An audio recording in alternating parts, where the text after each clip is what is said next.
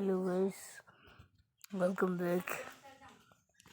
मेरे को पता है बहुत दिन हो गए मैं नहीं आया, 8 डेज हो गया है मैं नहीं आ पाया क्योंकि एग्ज़ाम्स भी है। ठीक है, 6 से 13 तक एग्ज़ाम है, तो मैं ये तो 7 डेज में ना यूट्यूब में ना फ्री फायर में। ठीक है, गुड बाय फॉर 7 डेज। ये 7 दिन के लिए मैं मेरे भैया को दे दूंगा मेरा आईडी पास, वो लॉगिन कर लेंगे। अगर हो सके तो मैंने बोल दूंगा कि थोड़ा बहुत खेल लेना। ठीक है गाइस, गुड बाय।